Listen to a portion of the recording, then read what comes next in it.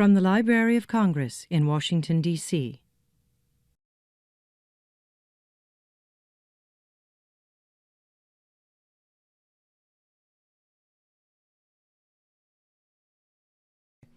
My name is Mary Lou Reeker, and on behalf of the Kluge Center and the Office of Scholarly Programs, I want to welcome you today to a lecture by Dr. Frances Garrett, whose research work here at the Library of Congress concerns religious healing and the history of medicine in pre-17th century Tibetan literature.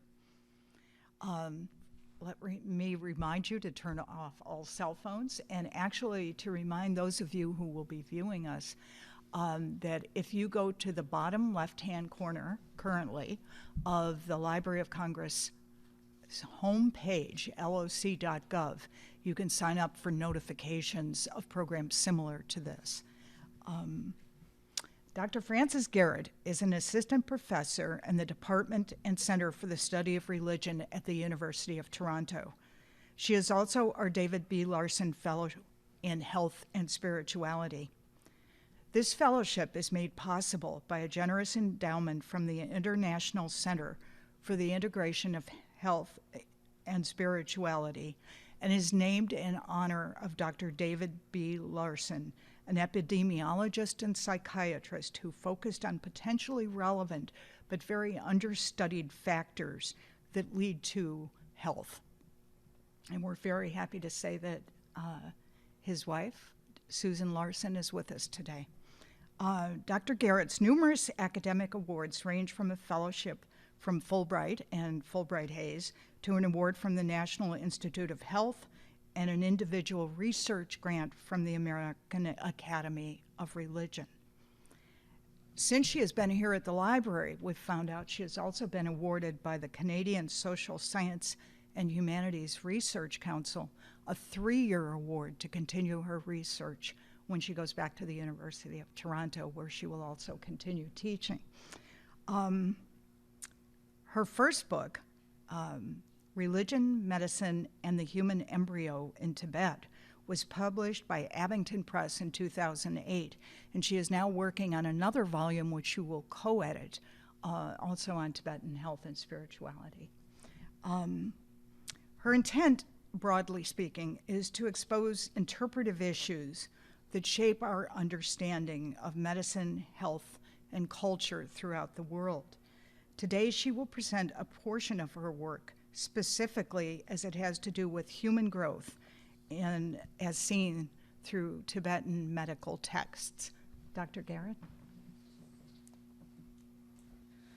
Thank you so much, Mary Lou, for that introduction. And before I start, I'd also like to thank the Larson family and the Kluge Center for supporting my research here at the library this year. I'd also like to thank the staff of the Asian Reading Room, especially Susan Meinheit, who's here today, who've tolerated my many requests for obscure Tibetan books that are buried somewhere in the bowels of the library. I don't know exactly where they are, but I'm always very happy when they arrive at my desk. I've worked on several projects since I arrived here in December, and what I'll talk about today is just one of them. And I certainly could not have done all of this without the special opportunity to be here at the Kluge Center. In the 2006 book, Blind Faith, The Unholy Alliance of Religion and Medicine, Richard Sloan argues that evidence for a link between religion and medicine doesn't hold up. He claims that blurring the boundaries between religion and medicine can even jeopardize patients' lives. The gaping divide between religion and medicine, as expressed to an extreme in this book, has an identifiable history in our own culture. What disconnecting medicine or science from all other forms of thought and culture jeopardizes, however, is an open-minded approach to thought and writing at other times and in other cultures. Today, I'd like to talk about the impact of our view that medicine and religion must be disconnected on Tibetan physiologies of death and birth. These are topics that have typically been, for Western scholars, issues of Tibetan medicine or science. What I'd like to suggest today is that death and birth in particular are topics that in Tibet, if not elsewhere, lie at the intersection of medicine and religion, philosophy and ethics, and various other realms of thought, belief, and action. What's interesting about this topic in the context of Tibet especially is how it plays along or between the edges of our own disciplines or concepts. forcing us to question the boundaries of medicine and religion, life and death, body and environment, ourselves and others, epistemology, ethics, and ontology. What happens when we die, what happens after we die, how it is that we come to be born into the bodies that we have, these are questions that seem to be, in all cultures, profound and sometimes metaphysical, but also intimately personal. In Tibet, these stages of existence are vividly portrayed in both literature and art. As I discuss the stages of dying, what happens after death, and the process of birth, therefore, I'll also give you a taste of how these events are graphically depicted by Tibetan writers and painters. Some of you will know that Buddhists believe in reincarnation. It's said that all beings travel through time, taking on a series of lives directed to good rebirths as a result of wholesome actions they've performed, and to bad rebirths as a result of unwholesome actions. Buddhist cosmology describes 6 realms of rebirth, and these are depicted in the widely known Tibetan painting, The Wheel of Life. A wheel of life can be found on the walls of Buddhist temples around the world, and it serves as a vivid reminder of the endless cycle of rebirth experienced by all beings. At one end of the cosmological scheme are the brilliantly luxurious God realms.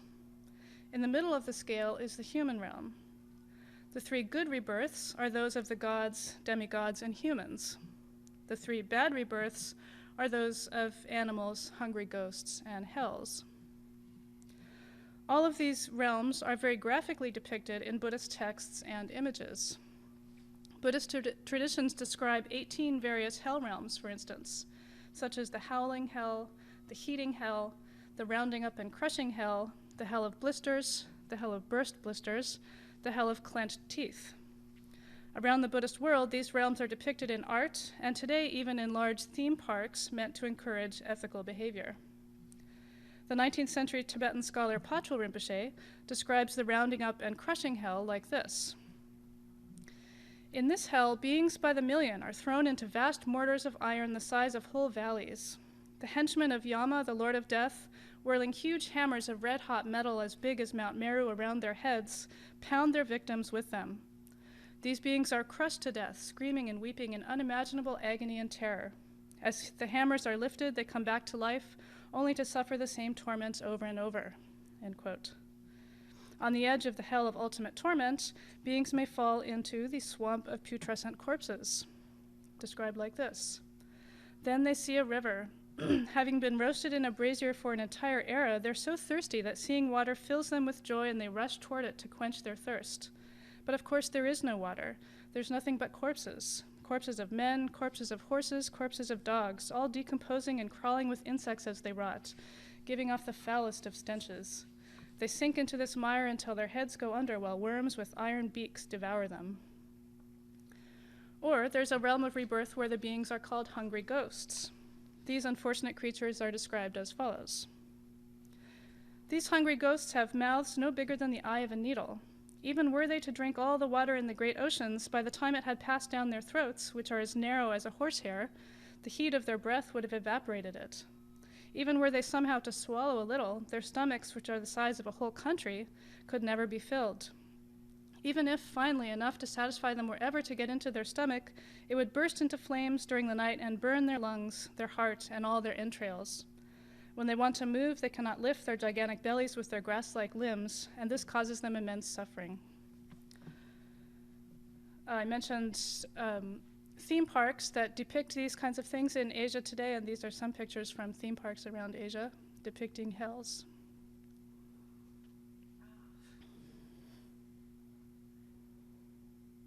These are the hungry ghosts.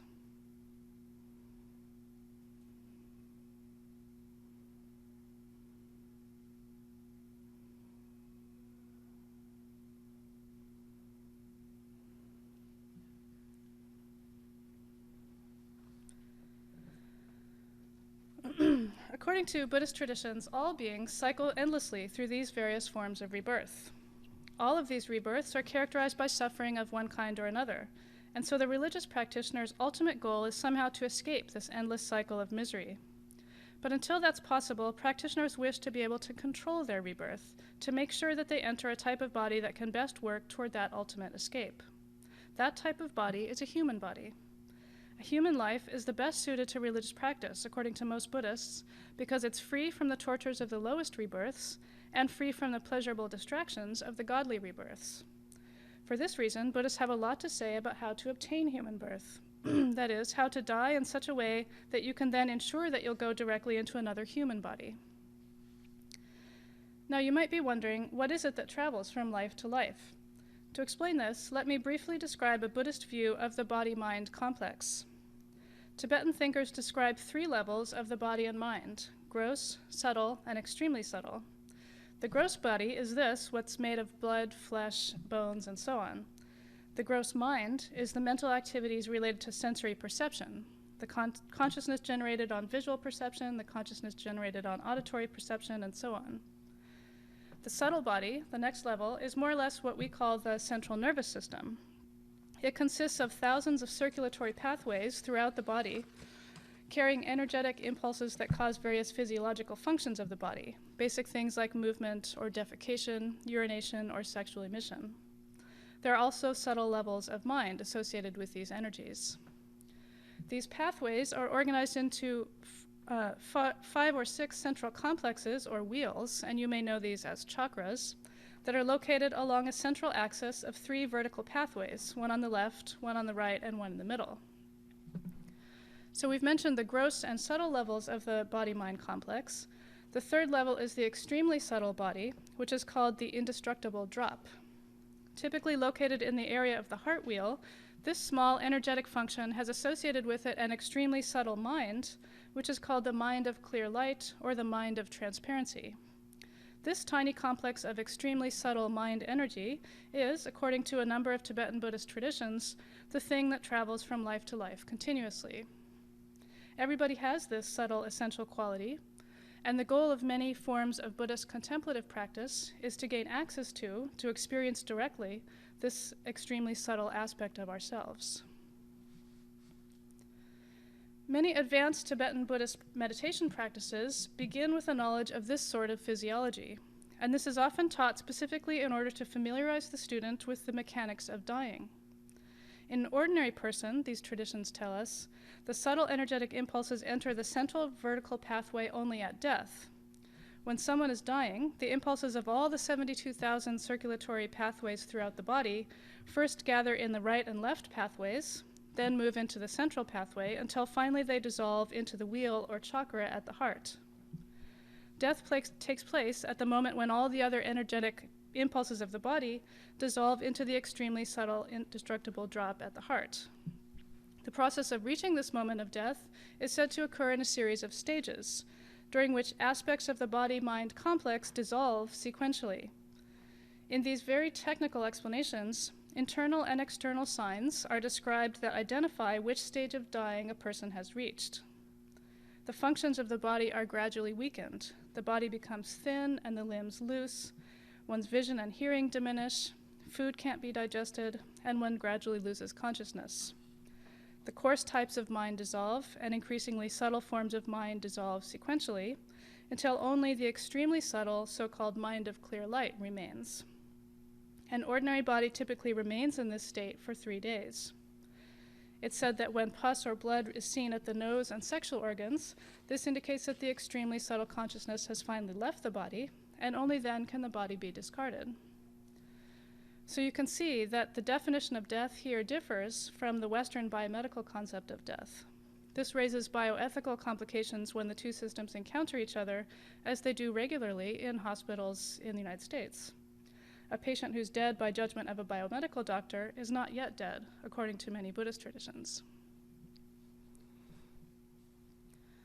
For obvious reasons, recognizing the signs of impending death is important for the traditional Tibetan doctor. And so this too is a topic about which Tibetan scholars have written a lot. For example, some of the signs of impending death are said to include bleeding from any of the 9 orifices, or forgetting what one has just said, retraction of the penis and protrusion of the testicles, or the reverse of that, a buildup and release of pulmonary secretions, or insensitivity to the smell of an expired butter lamp, or curling of head hair, or daydreaming about spirits.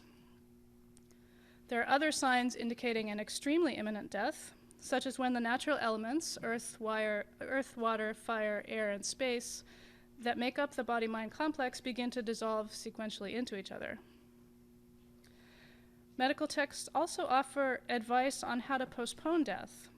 These include the following recommended activities, and I'll repeat, these are recommended in medical texts. So there's practicing generosity or charity, doing religious practice, study, meditation, and ritual, or having a doctor confer on you some of the various longevity rituals. So how death occurs is of importance to doctors, of course, but it's also critically important to religious practitioners. Studying the physiology of dying gives the religious practitioner the ability to meditatively reenact the process of dying in order to control where or whether the next birth occurs. The ultimate aim for a religious practitioner is to escape the cycle of rebirth. The aim to stop the cycle of death and birth through practices modeled after the actual processes of death and birth. The most profound liberative techniques, and those considered the most effective for many Tibetan Buddhists, therefore, claim knowledge of the physiological mechanics of death and rebirth to be supremely important. When you die, the extremely subtle consciousness will leave your body, and your body will be discarded.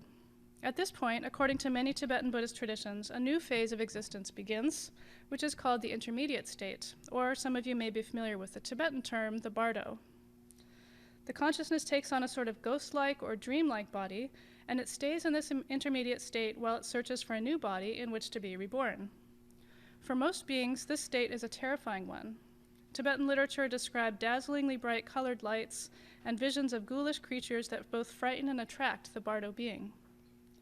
The bardo being may encounter creatures from other realms of existence, such as hungry ghosts or hell beings. In the bardo, you may run across orange-colored creatures eating intestines, dark green creatures drinking from blood-filled skull bowls, black creatures eating lungs and hearts, visions to top the scariest Halloween parties.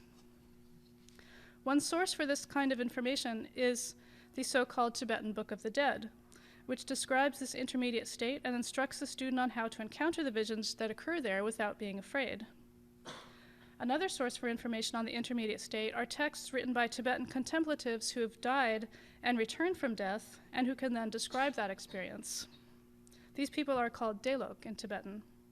We have here in the library, for example, an account by a 20th century female Delok named Dawa Droma, who lay for 5 days without any vital signs, after which she recovered to write about the experience. During those 5 days, she writes, her consciousness traveled through the intermediate state and through various hell realms and hungry ghost realms, encountering frightening beings, deities, and historical persons. She talks with some of these creatures, and she recounts poignant visions of large numbers of suffering creatures. At one point, she encounters this scene. Hundreds of beings swirled upward like a blizzard. Thousands more descended like a heavy snowfall. They cried out, their voices like the sound of 1,000 dragons. A year's rainfall of tears fell from their eyes. From the summit of the sandy pass between life and death, down to the great plains of burning iron in the hells, their numbers were immeasurable, like the grains of sand of the oceans. They were without rest or leisure. Their suffering was unfathomable, like that of a fish on dry land. Like someone trying to climb a hill of sand, they had no chance of escape. She goes on. I continued downward to a terrifying place. There was no illumination, but such a gloomy darkness that I could see only an arm's length in front of me. A rain of fire fell from above. Such ground as there was consisted of burning iron. Molten metal flowed in all directions, and various weapons were strewn everywhere. The bodies of the beings there were about 100 fathoms in height, their skin an inky black. They cried out with a constant din, alas, alack, oh woe, ah, oh father, oh mother, help me, oh how it burns. Vision after horrifying vision is recounted, most ending in a sort of religious lesson, explaining what ill deed resulted in such torture, vividly teaching readers or listeners that their actions will have effects. So the physiology of death and what happens right after death, which includes the actual psychological and physiological stages of dying, what for us now would be clearly in the realm of knowledge of a physician or scientist, for these Tibetans, this information is This is information most thoroughly studied by religious practitioners. Tibetan doctors know something about dying too, of course, but the most detailed psychological and physiological explanations, the most scientific explanations of dying, are unquestionably the realm of religion in these traditions. What about, then, what happens next? That is, after death and after the after-death experience, what about the mechanics of birth? Who's in charge of that sort of knowledge?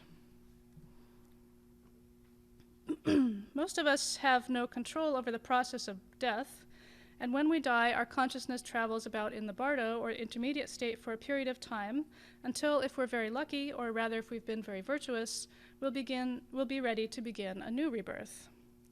Tibetan texts have a lot to say about how this happens, and in fact, there's an entire painting dedicated to the topic of fetal development, and this is what you have in your handout too. We'll look now at each image more separately. So at the top left, you see the soon-to-be mother and father lying in bed, and a transmigrating consciousness entering the union of their reproductive fluids. That's the little guy walking there. This is the moment of conception. When an intermediate state consciousness locates a suitable couple in intercourse, it's said to be drawn there by the forces of the so-called three destructive emotions: attachment, anger, and delusion. These three emotional forces are the center point of Buddhist ontology. The transmigrating consciousness experiences attraction to one parent and anger toward the other, and due to these disturbing emotions, the post-mortem period ceases and a new being is conceived in the womb. There are various ways that the male and female reproductive fluids may be defective, however. They may be missing essential aspects of the natural elements, or they may have humoral deficiencies, and these defects will prevent conception.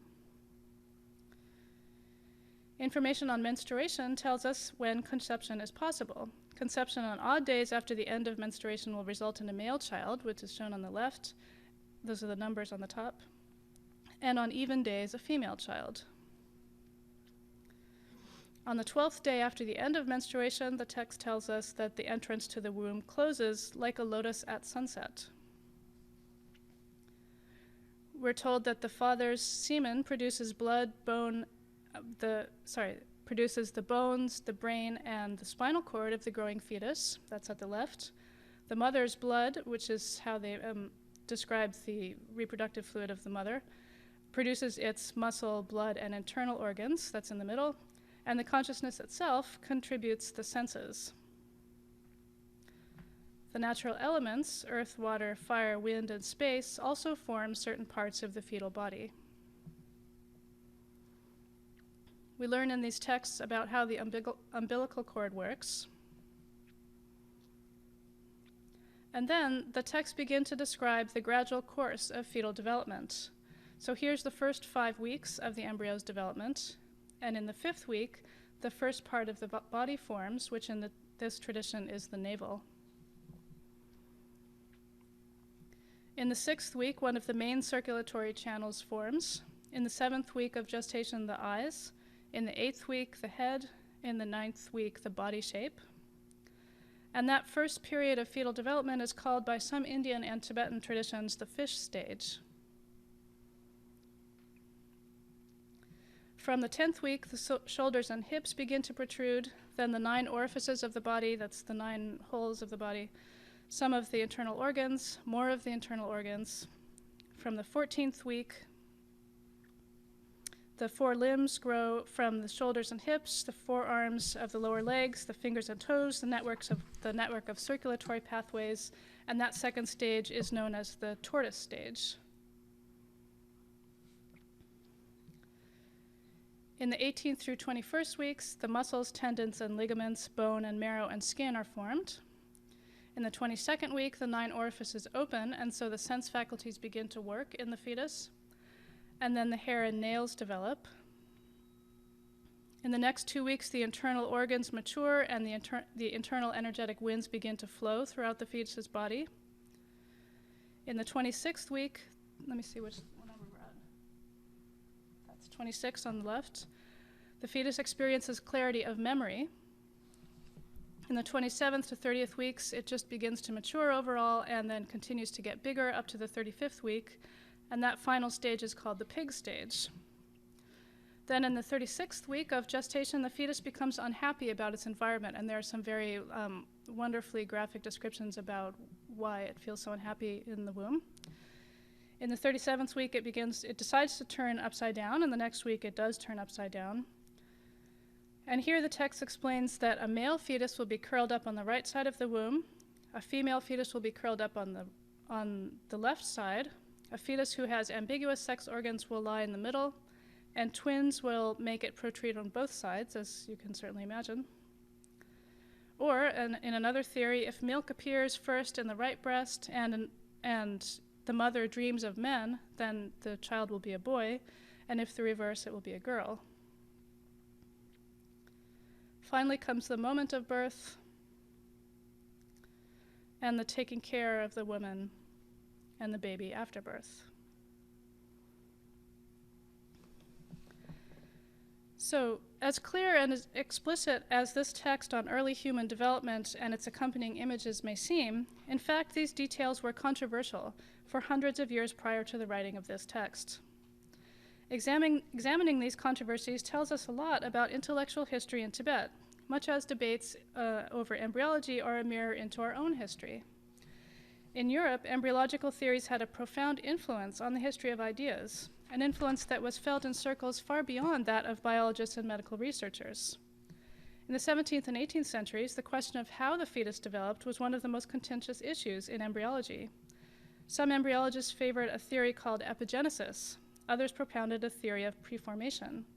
In epigenesis, development of the human form within the womb was sequential or cumulative. Conceptual difficulties in this view were centered around the problem of differentiation. What could be the stimulus that would convert nothing into something? This issue caused many European embryologists of the late 17th and early 18th centuries to reject epigenesis in favor of preformation. In preformation, a tiny form of the human body was believed to exist from the very beginning of development. Some preformationists even claim that they could see tiny human forms or homunculi in ova or sperm. Conceptual problems with this hypothesis, however, led to two schools of thought: the ovists, who place the homunculus in the ovum, and the spermists, who place it in sperm. Problems didn't end there. If the homunculus was contained in the egg, then each homunculus must have had another homunculus in an infinite regression, suggesting that, in fact, the entire human race was included in the ovaries of Eve. This debate cast its influence widely across European intellectual thought, art history, and literature. As an example, 18th century Europe saw a radical change from a mimetic theory of art to an organic theory of art. Critics who searched for the origins of this transformation were led to focus on embryological research of a century earlier. Parallels were being drawn between the creation of a work of art and the creation of a living organism, with organic imagery describing the artist's creativity. Metaphors drawing on the process of fetal development describe that which is naturally conceived and developed.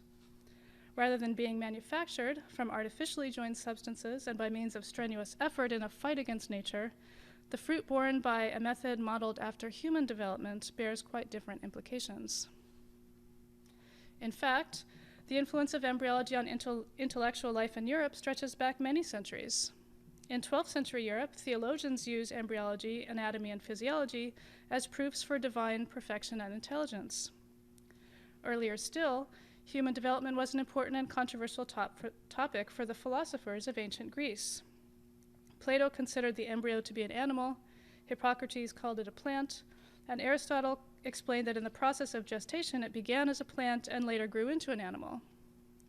Emerging Christian thinkers subsequently rejected the thought that the embryo could be a plant, since, of course, plants have no souls. Throughout European and Islamic intellectual history, the study of the embryo has been intertwined most closely with philosophy, religion, and ethics. Strange as it may sound to the modern ear, inclusion of the study of the body in the field of medicine at all is a particular historical occurrence, and a fairly recent one, in our own intellectual history. In Tibet, I would argue that the science of human development is similarly influential.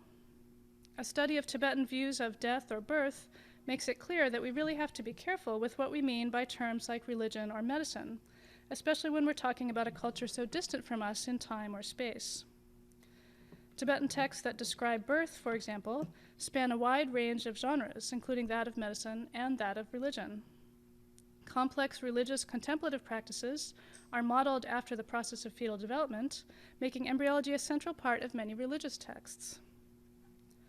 The study of fetal development provides the religious practitioner with an accurate description of the erroneous developmental path of an ordinary human being. This gives him or her the key to learning to repeat this process without committing such error, first through meditative practice and later in reality.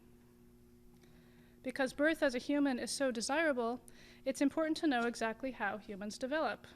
This way, if you've trained to do so, you can actually direct your transmigrating consciousness through the bardo state and into a suitable human form.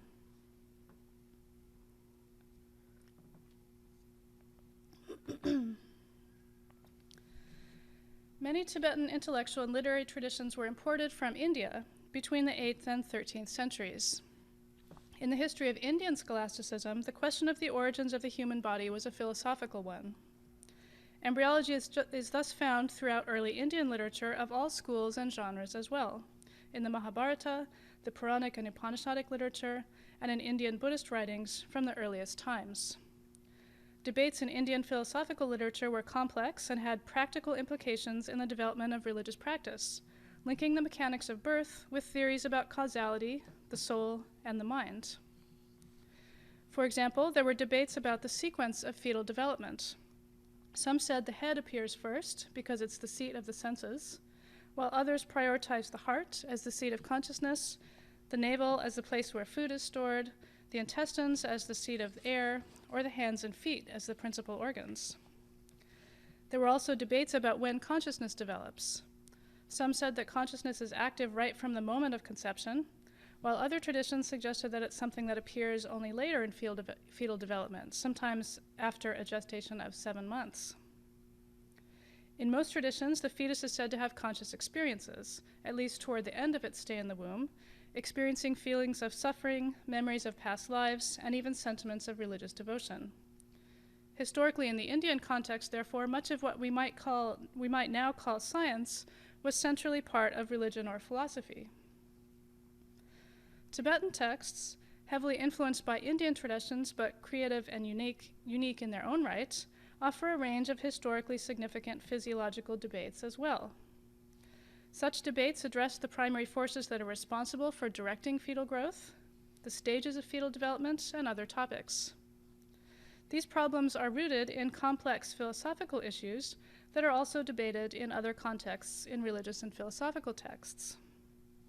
What's interesting about all of this is that it's less the case that religious traditions borrowed physiology from medical traditions, as is sometimes claimed nowadays, than the reverse.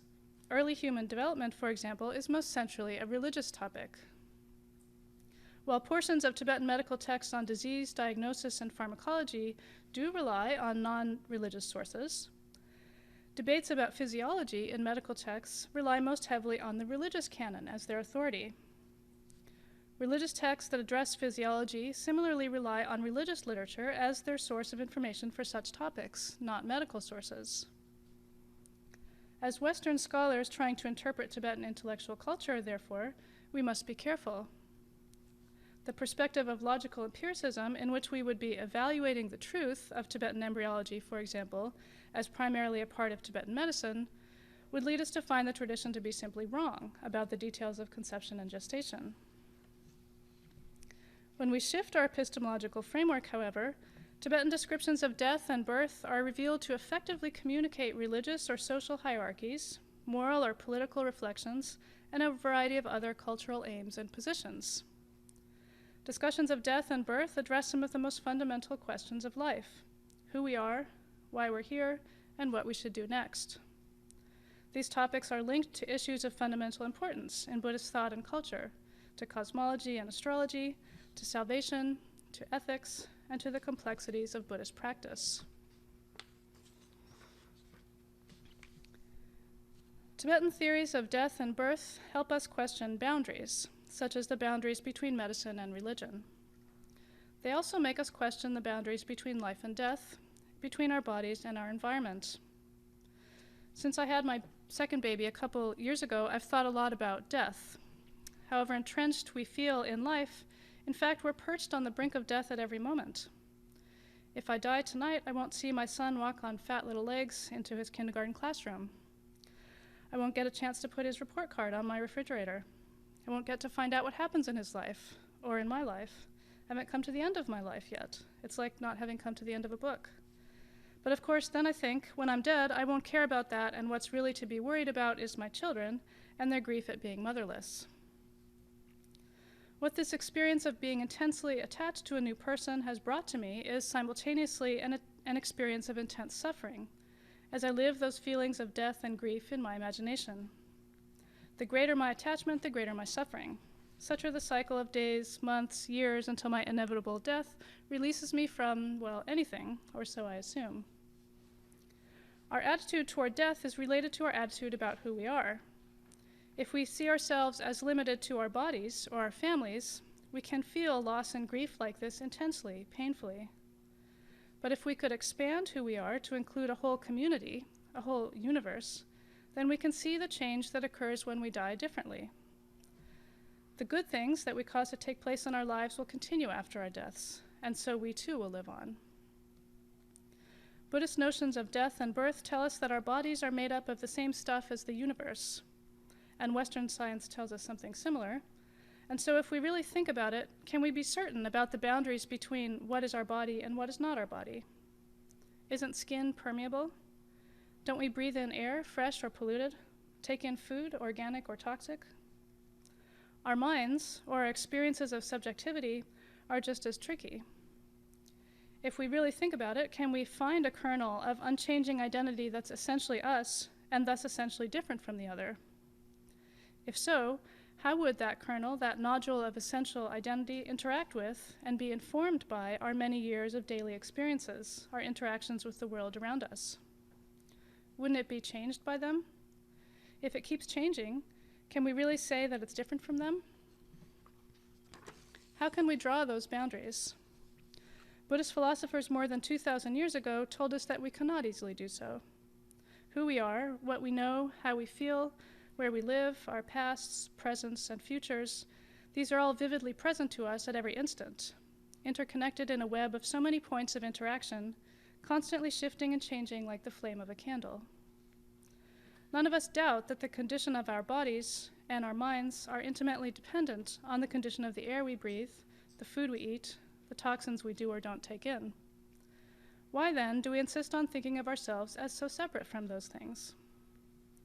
If we were to stop insisting on this, if we were to really know ourselves as entirely, essentially interconnected with and constituted by our surroundings, then how would we feel about death? Maybe it would simply be one more change of condition, not so different from any other. Thank you.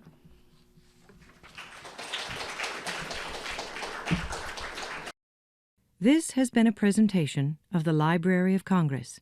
Visit us at loc.gov.